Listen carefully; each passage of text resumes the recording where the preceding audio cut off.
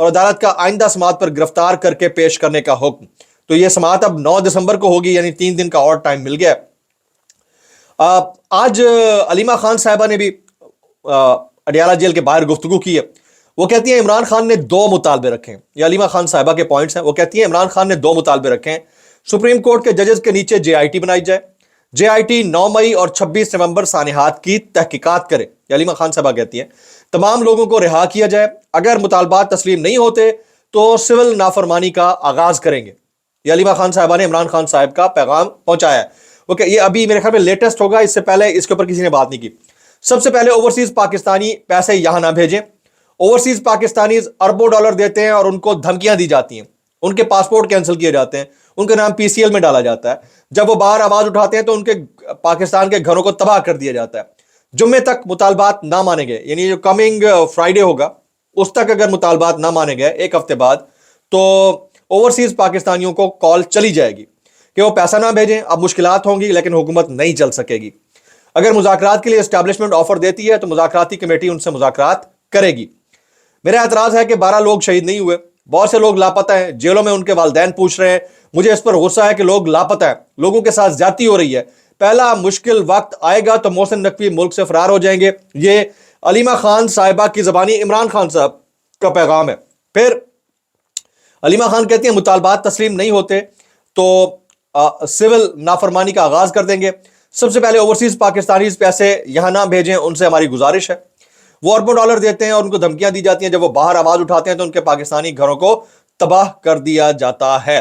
جناب، یہ تو علیمہ خان صاحبہ نے گفتگو کی ہے. جبکہ آج بشرا بی بی جو 190 ملین پاؤنڈ کیس کی سماعت کے اندر پیش نہیں ہوئے ہیں، ان کے ضمانت ناقابل ضمانت وارنٹ گرفتاری جو ہے وہ جاری ہوئے. انہوں نے آج چارسدہ میں متاثرین یعنی متاثرہ فیملیز، جو 26 نومبر کی متاثرہ فیملیز ہیں، ان سے ملاقات کی ہے. عمران خان کی اہلیہ بشرا بی بی چارسدہ سے تعلق رکھنے والے شہید کارکنان کے گھر پہنچ گئیں. ڈی چوک میں جاں باک ہونے والے 2 شہداء کے لواحقین سے ملاقات کی اور خیبر پختونخوا حکومت کی طرف سے شہداء کے لواحقین کو 1-1 کروڑ روپے کا امدادی چیک دیا. ساتھ ساتھ یہ بھی کہا کہ میں بھاگی نہیں ہوں، میں ساتھ کھڑی رہی. رات 12 بج گئے، میں گاڑی میں اکیلی بیٹھی رہی. اس کے بعد گاڑی پہ مجھے کہاں لے جایا گیا مجھے نہیں پتا، لیکن میں عوام کے ساتھ کھڑی تھی. یہ بشرا بی بی کے کوٹ ان کوٹ کامنٹس ہیں جو نیشنل ٹیلی ویژن نے بھی چلائے ہیں. اچھا، اب آگے چلے جاتے ہیں جناب. مدارس رجسٹریشن بل، اس کے اوپر JUI سخت غصے میں. مدارس رجسٹریشن بل پر جمعیت علماء اسلام نے حکومت کو 8 دسمبر تک کی ڈیڈ لائن دے دی ہے. حکومت کو دینی مدارس کا بل ہر صورت میں منظور کرنا ہوگا.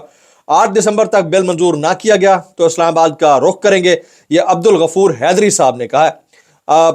عبدالغفور حیدری صاحب کا جو بھی ویو پوائنٹ ہے وہ اپنی جگہ کے اوپر، لیکن یہ یاد رکھیے کہ اب قومی اسمبلی کا اجلاس طلب کر لیا گیا. قومی اسمبلی کا اجلاس 10 دسمبر کو شام 5 بجے طلب کرنے کا فیصلہ کیا گیا ہے. قومی اسمبلی کے اجلاس میں اہم قانون سازی متوقع ہے، اور وہ جو اہم قانون سازی جس کی توقع کی جا رہی ہے، میرے خیال میں یہ فیک نیوز سے متعلق، میڈیا ریگولیشن سے متعلق ہوگی، اور اس کی توقع زیادہ کی جا رہی ہے جو حالات ڈیولپ کر دیے گئے ہیں. اب آ جاتے ہیں سلو انٹرنیٹ. یہ اب آپ کے نیشنل جو بکاؤ 2% کا میڈیا ہے اس کی سٹوریز ہے. وہ کہتا ہے کہ سلو انٹرنیٹ کی وجہ سے ہزاروں آرڈرز کینسل ہوئے. پاکستان کے فری لانسرز اس سے شدید متاثر ہوئے. کئی فری لانسرز کے جو اکاؤنٹ ہیں وہ ڈی ایکٹیویٹ کر دیے گئے ہیں، اکاؤنٹ ان کے سسپینڈ کر دیے گئے ہیں. جو Amazon کے ساتھ کام کر رہے تھے، جو Shopify کے ساتھ کام کر رہے تھے، جو علی بابا کے ساتھ کام کر رہے تھے، بیچاروں کو انٹرنیٹ ہی نہیں مل رہا تھا، وہ کیسے کریں گے کام؟ تو یہ والا کام ان کے ساتھ ہو گیا. یہ انتہائی افسوس کی بات ہے ایک ایسے دور میں جبکہ ڈیجیٹل اکانومی دنیا کی کہاں سے کہاں جا رہی ہے. پھر ڈیجیٹل میڈیا کہاں بغیر انٹرنیٹ کے، یعنی آپ سٹار لنک کے ذریعے کنیکٹیوٹی کی طرف جا رہے ہیں، اور ہمارے یہاں پر وزراء سٹار لنک کو ادھر آنے کی دعوت دیں گے. اور پہلے ٹویٹر تو کھول دو ان کا، سٹار لنک کا پتہ بھی ہے کیا؟ ایویں خام خواہ. تو میں کیسے کر لیتے ہو یار، کیسے کر لیتے ہو؟ ایلان مسک کہاں سے کہاں پہنچ گیا. ڈونلڈ ٹرمپ اسی سوشل میڈیا کے ذریعے آج ڈیپ سٹیٹ کو ہرا کر امریکہ کا پریزیڈنٹ بن کے بیٹھا ہوا ہے. آپ کے پڑوسی ملک کے اندر ریولوشن تھا سوشل میڈیا کا، جس نے نیشنل میڈیا کو اٹھا کے پھینکا.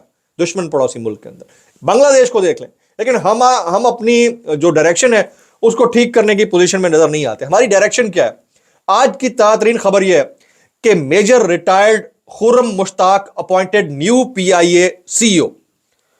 اب مجھے اس کے اوپر بس صرف اتنی سی بات کرنی ہے کہ عام آدمی جس کے پاس سفارش نہ ہو اس کو کہیں پر نوکری نہیں ملتی. 28 سال سے اوپر اس کی عمر گزر جائے وہ اہل ہی نہیں ہوتا نوکری لینے کے کسی بھی سرکاری محکمے کے اندر. وہ کمپٹیٹو ایگزامز میں بیٹھنے کا اہل نہیں ہوتا. اس کو تھانے سے کلیئرنس نہیں ملے اس کو نوکری کے لیے اپلائی نہیں کر سکتا سرکاری. اور یہاں یہ حالات ہیں کیونکہ پی آئی اے ایک طرف تو بند ہونے کی بات ہو رہی ہے, ایک طرف یہ بات ہو رہی ہے کہ پی آئی اے جو ہے وہ اس کی بڈنگ ہو جائے گی, اور دوسری طرف یہ والا کام جاری ہے. بھائی اللہ ہی حافظ ہے, اس کے اوپر ہم کیا کہہ سکتے ہیں. سارے معاملات کے اوپر میرے دوست کامنٹ کر رہے ہیں, لیکن عمران ریاض خان, سمیع ابراہیم, صابر شاکر, حامد میر صاحب کا آلریڈی میں نے تذکرہ کر دیا ہے, اور یہ مقبول جان صاحب کا جو ٹویٹر ہینڈل ہے وہ ابھی تک خاموش ہے. دیکھتے ہیں کچھ دن بعد اس طرح سے بات ہوتی ہے نہیں ہوتی. ولاگ سے اتنا ہی, سبسکرائب کیجیے, بیل آئکن کی دعا میں یاد رکھیے گا. السلام علیکم ورحمۃ اللہ وبرکاتہ.